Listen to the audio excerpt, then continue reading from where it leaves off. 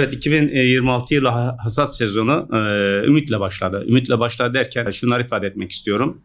Bu seneki yağan yağmur gerçekten biz beklemediğimizin üzerinde yağmur yağdı. Çünkü son 10 yıla baktığımızda aşırı derece kurak dönemler yaşadık. Bu sene de öyle olacak mı diye onun korkusuna geçirirken Aralık ayının sonlarında başlayan yağmur Mayıs aylarının ta sonuna kadar, hatta Haziran ayının ortalarına kadar devam etti. Burada çiftçiler olarak biz tabii ki ümitlendik. Yeraltı suylarımız zenginleşti. Toprağa döktüğümüz alın terimiz, tohumlarımız, yapmış olduğumuz masrafların karşılığını alırız diye ümit içerisinde hasat dönemini karşılamış olduk. Şimdi hasat dönemine karşılamış olduk. Evet, gerçekten arpalar, buğdalarımız, mercimeklerimiz gerçekten yüz güldürüyordu. Biz buna sevinirken geçen yıldan da yaşamış olduğumuz kuraklığın masraflarını çıkartırız diye düşünürken TMO'nun açıklamış olduğu arpaya 12.500 lira, buğdaya 16.500 lira civarında yaklaşık fiyat açıklaması bizi gerçekten hayal kırıklığına uğratmış oldu. Yani ürün var, üretim var ama çiftçi yine kâr edemedi. Bundan dolayı çiftçi ümitle başladı, hüzünle bitirdi diyebiliriz.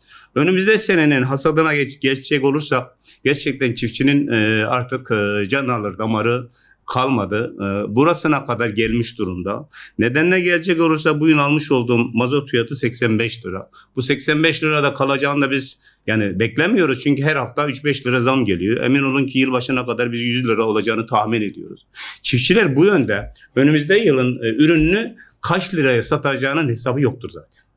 Çiftçi sanki humar oynuyormuş gibi ben ekiyorum, alın terimi döküyorum, tüm masraflarımı yapıyorum. Zamanı geldiğinde 3-5 tüccar ya da TMO kafasına göre, bakın kafasına göre diyorum. Çünkü maliyet fiyatları hesaplanmış olsa kesinlikle ve kesinlikle bu seneki açıklanan fiyatlar açıklanmazdı.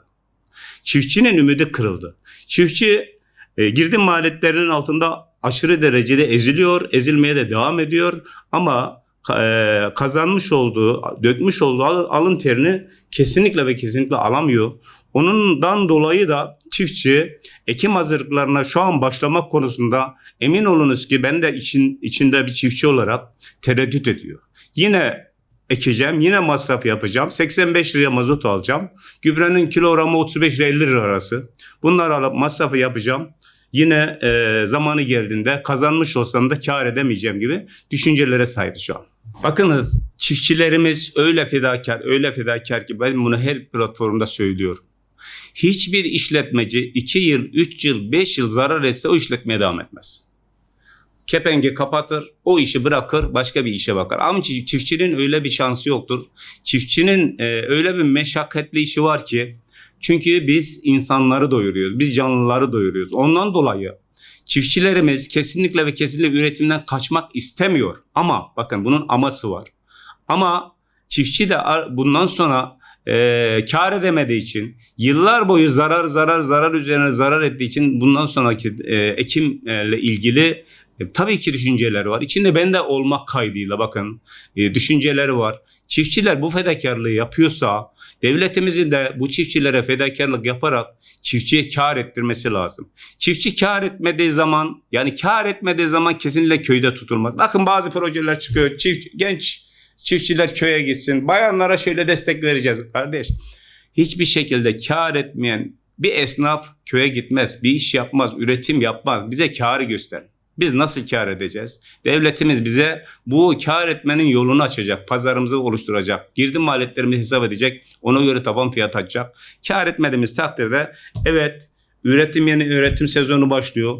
Biz Eylül ve Ekim aylarında tarlalarımızı işlemeye başlarız. Onun sonucunda Ekim ayının sonunda da tohumu toprakla buluştururuz. Ama çiftçiler kâr edemediği için yine söylüyorum kara kara düşünüyor. Eksem mi ekmesem mi diye bu konuda kararsızlar. Bu kararsızlıkları gerçekten ülke açısından büyük bir tehlikedir.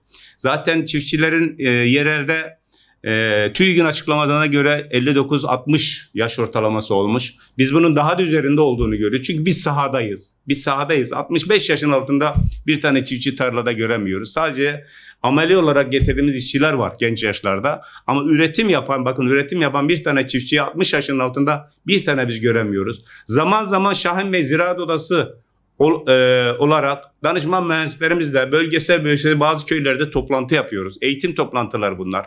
Tarıma nasıl katkı yapabiliriz? Üretimlerine nasıl katkı yapabiliriz Ziraat Odası olarak? Bunların eğitimini yaparken ben de zaman zaman Bu toplantılara katılıyorum.